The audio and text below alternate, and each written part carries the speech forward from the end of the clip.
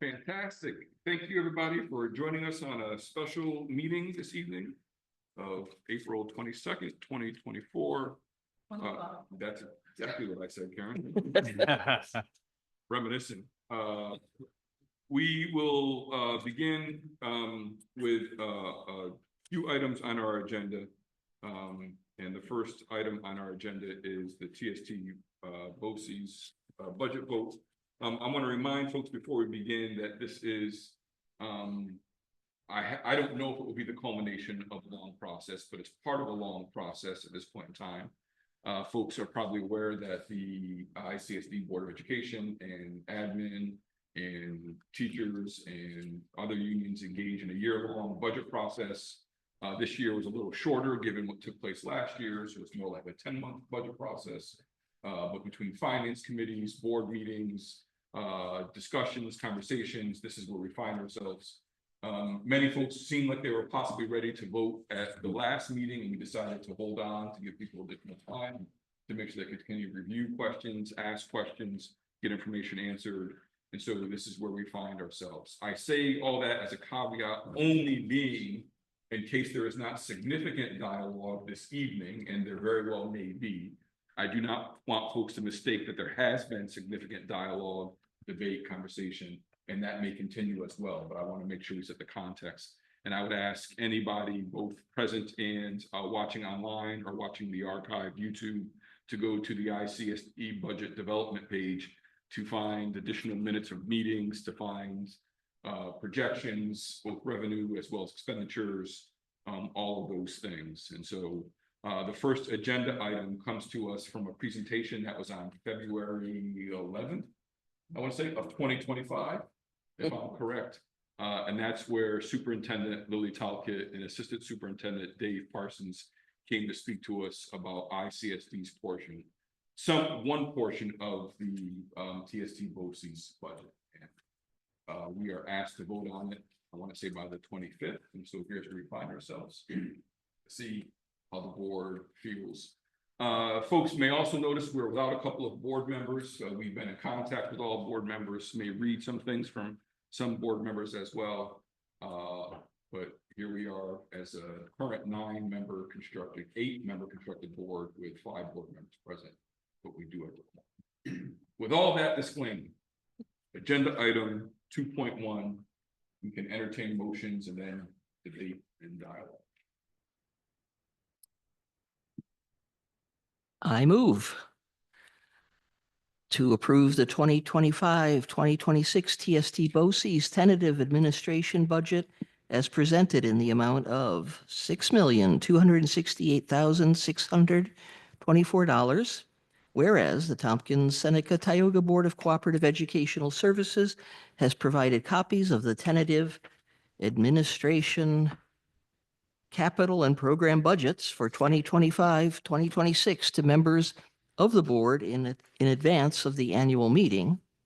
And whereas the Board of Cooperative Educational Services has made available the tentative budgets at the annual meeting of members of the boards of education and school trustees of the component school districts on April 2nd, 2025, as required by Education Law 1950. Now therefore be it resolved that the Ithaca City School District hereby approves the tentative administrative budget as presented in the amount of $6,268,624, and be it further resolved that the administrative budget may be increased during the school year upon the affirmative vote of all of the component school districts. Such sum shall be added to the administrative budget and shall be considered part of the final administrative budget approved by the component school districts at its April meeting and adopted by the Board of Cooperative Educational Services on or before May 15th, 2025.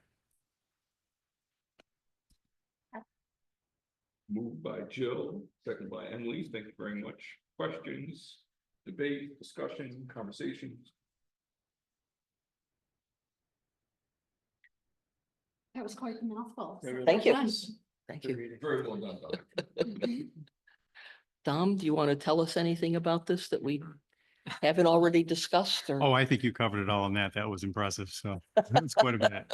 So Just TST, Tompkins, Seneca, Tioga comprises of 9 school districts, and where Ithaca is one of them, and where I believe Ithaca has the largest number of students who participate in any of the BOCES programs. They have career tech and a host of other programming that we have students at.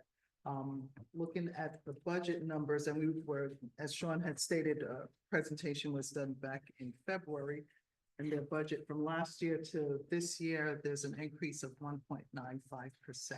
That's on page 13 of the document, which we also have, I think we have a copy in board docs. There is a copy. Additional questions? Debate, conversations? Hearing none, I'll call the question. All in favor of the motion? Motion passes. Thank you very much, and thank you to BOCES for all that you do. Agenda item 2.2 is budget discussion. This is to have a discussion prior to looking at those 2.3 and 2.4 resolutions. The main task of the board this evening is to officially adopt a budget as well as to adopt the property tax report card. Both those will need to be sent out to local media as required by law within the next day or so. So there is time, and this is the date that we set according to our budget calendar for some time. So by way of budget discussion, we will open the floor unless Dr. Brown, there's anything that we need to be doing on your end. I think that's it. So board members, any conversation about the budget, questions about the budget that's been presented? Concerns, dialogue, all of the above. In the interest of not necessarily having a long discussion, but just so that we'll have some, I'll say that this particular budget has been the subject of some discussion. I think a lot of us, myself included, have been focused on the end result, which is how much of an increase in property taxes would be happening. And I'm pleased to be able to say that it's, I think, an impressive job has been done with holding down costs so that we can stay within the property tax cap. And I think that will be a relief to many of my fellow homeowners in the city and in the school district. I didn't, I went by this line by line, and unlike some previous years, I didn't have any particular concerns. And as it is part of our charge as Board of Education members to present a budget, I'm happy to present this one.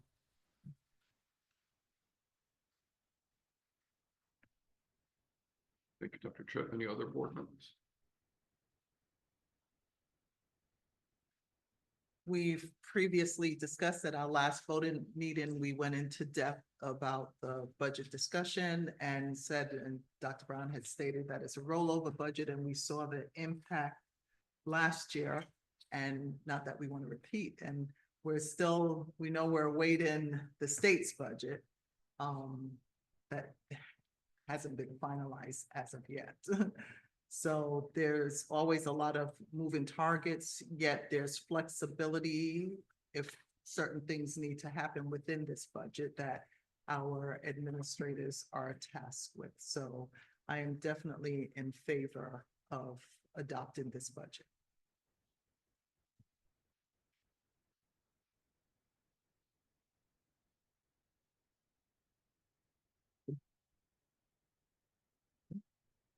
I usually wait to the end, so feel free. Yeah, well, go ahead. No.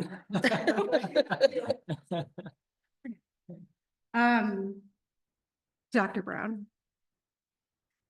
Before we vote on the budget, I think that we have not done a lot of talking about the district's goals and how they inform this budget.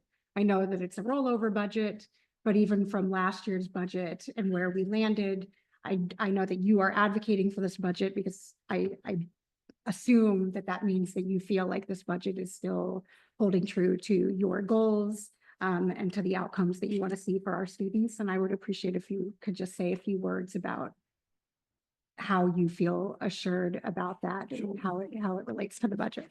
Thanks for that wonderful question. And I was hoping not to speak after Jill. Dr. Tripp says impressive and no major concerns. And thank you for you always going through line by line. So when you said you did that, it makes me nervous. And though also happy. Yeah, this budget, our current district goal speaks to a culture of excellence, equity and excellence. Maintaining the excellence in a school district where academic achievement for all young people, irrespective of their cultural identity, backgrounds, zip codes, you name it, we are here to achieve at the highest level for all. And this budget does support those goals still. Everything from our enrichment programs, our co-curricular offerings, our still small class sizes, our multiple offerings, both at the highest level, AP and honors levels, our robotics club offerings, just so many things that we offer as an organization, as a school district, with this $169 million funding request to provide an excellent opportunity for all young people. So excellence and equity is a goal of the board and district, and this budget supports that. Communication, enhanced communication. I've been at this table where we had no budget or no line item for communication efforts, yet in a community that expects the utmost and the best communication services. So this budget, while it's still lean from my perspective, it does provide an opportunity for us to engage in two-way dialogue with our community. As an example, on Thursday, we will be administering a goals and priorities survey that will go out to every family in our school district with hopes that folks will give us some qualitative and quantitative information that we can act on immediately and over the next couple of years. Those surveys they don't come for free. We have to engage with strategic partners. We have to have an excellent staff, and some of those members are here today. The board summaries that go out now. I mean, I don't want to. I kind of need to knock on wood. It's been months since I heard that word transparency or lack of that from the Board of Education and the administration. Now I know people may be saying it, but from my perspective, we have done a lot to share a lot of information about our budget development process, meeting summaries.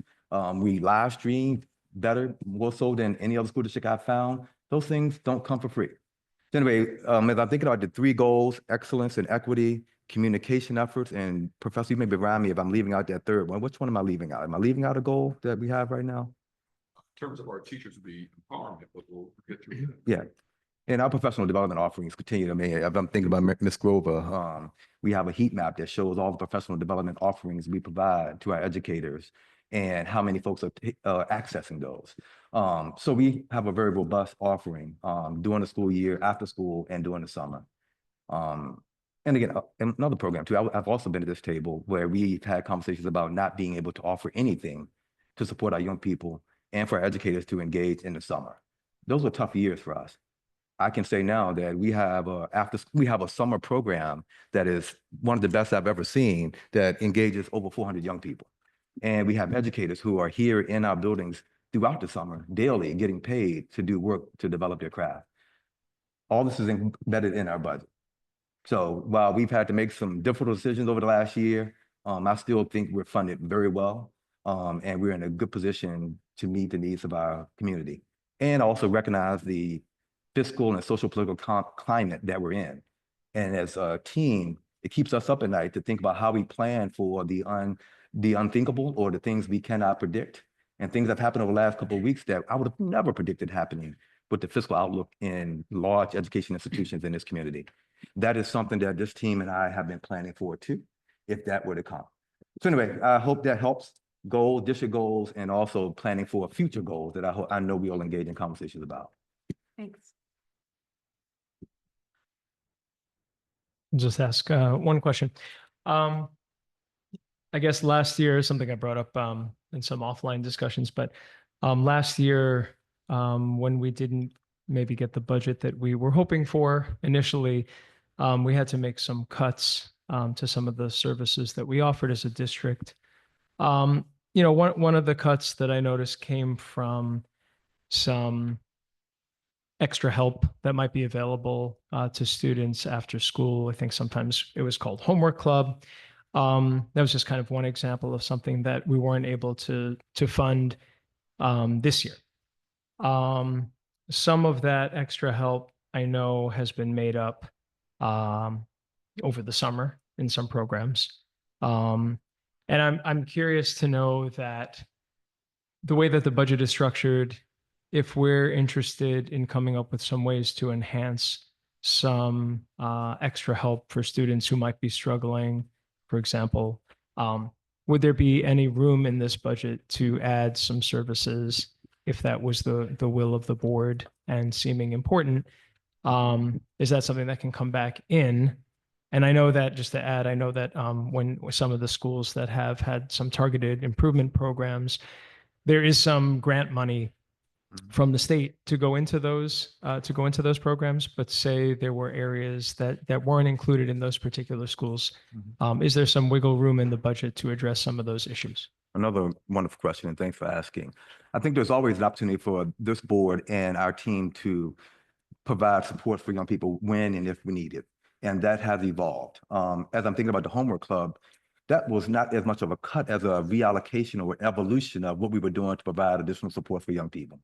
Our summer enrichment opportunities, our summer programming is an evolution of what we used to offer as homework club. There were some logistical concerns and challenges with offering a club after school that competed with other organizations in our community, athletics, co-curricular. There were some challenges with doing it in a way that we felt was getting us the best outcomes. So that evolved.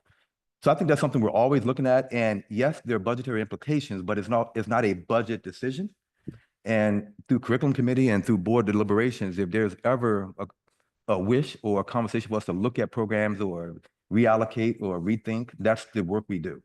So I'm trying to disconnect that homework club and what we do to provide additional support from young people to a budget cut or lack thereof, because I think we have enough money to do it all. It's just more about how we evolve and allocate, if that makes some sense. Thank you.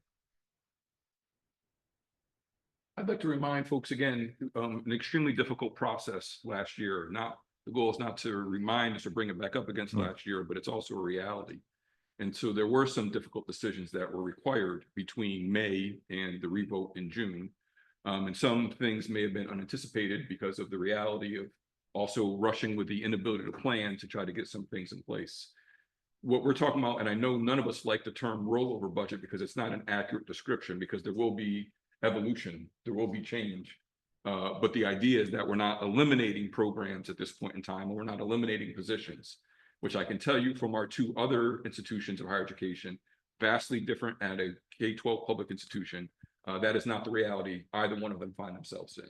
And so to be in this position, to spend the time that we've spent to financially plan long-term, also feels good to me as well, Dr. Tripp, to go through line by line and be like, I understand some of these things, of course, details you have some more questions about, but those are things that we can always work out.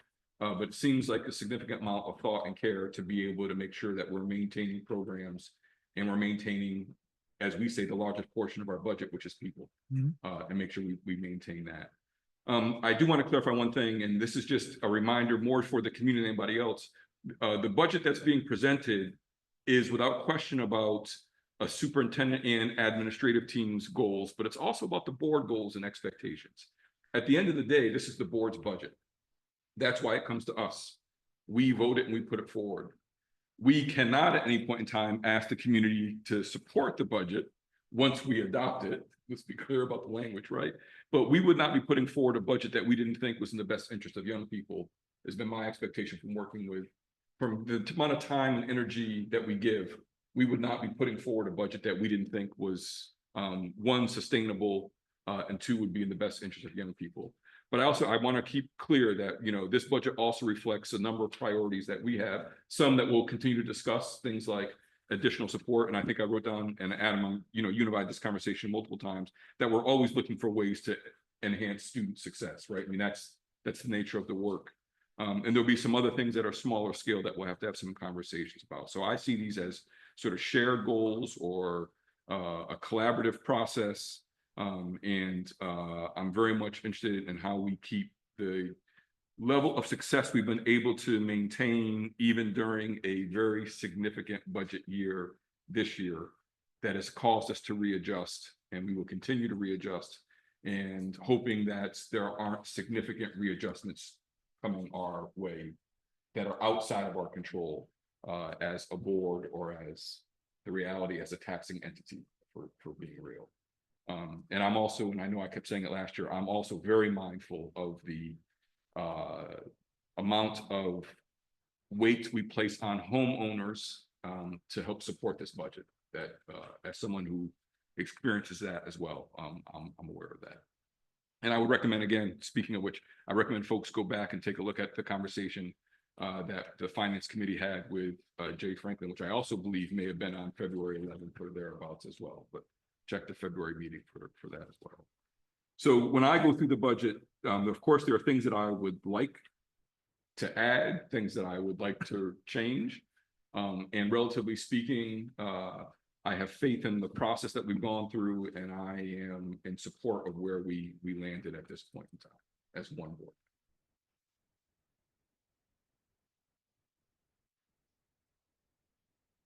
Additional discussion, conversations, questions?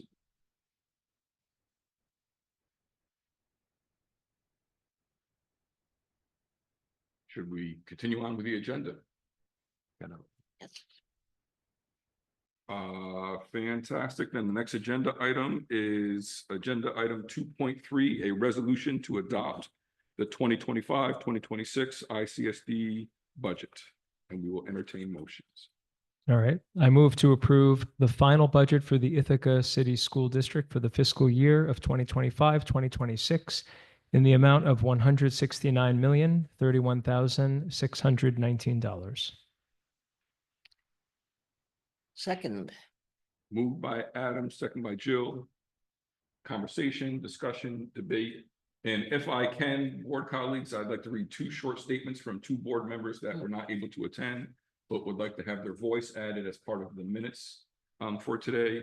And I believe Adam was copied on both of these messages, so I want to make sure that I'm not reading someone's name out of context. But a message from board member Aaron Croyle: while I'm unable to attend tonight's special board meeting, I support the adoption of the 2025-2026 Ithaca City School District budget. That was a statement from Aaron, and a statement from board member Dr. Garrett Blaylock. The proposed budget has been carefully considered by the Finance Committee, the full board, district administration, with valuable feedback from our collective partners and bargaining units, taxpayers, student representatives, caregivers, and other community members. In my view, the budget reflects an appropriate balance of our community needs and deserves the enthusiastic support of the board. I want to make sure I capture that last part clearly. And the enthusiastic support of the board. We'll do our campaigning through other folks afterwards.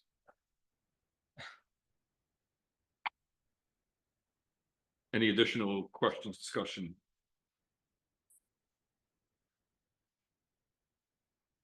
Hearing none, then I guess I'll call the question. All in favor of the adoption of the budget?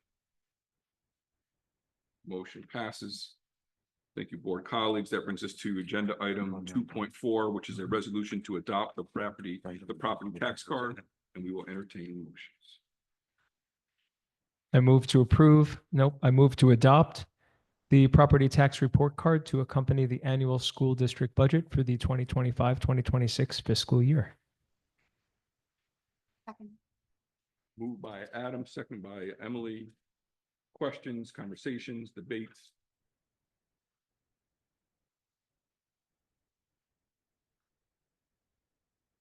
Hearing none, we will call the question. All in favor of the motion?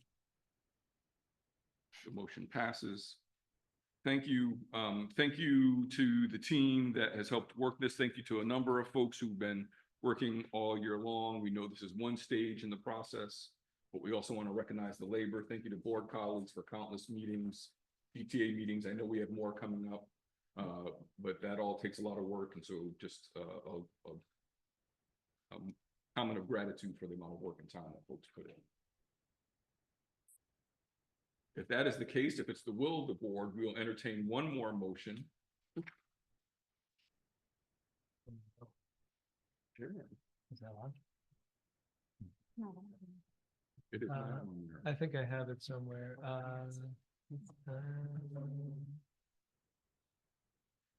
Okay. I have it on my computer here. Okay. I move to enter into executive session for the purpose discussions regarding collective negotiations pursuant to Article 14 of the Civil Service Law and matters leading to the appointment, employment, promotion, demotion, discipline, suspension, dismissal, or removal of a particular person or corporation. Second. Any debate, discussion, questions? All in favor? For those folks here in the audience, for the most part, this will conclude our meeting for this evening. We will enter into executive session. We'll come back to close the meeting, but there are no more agenda items on our agenda for this evening. So thank you all very much.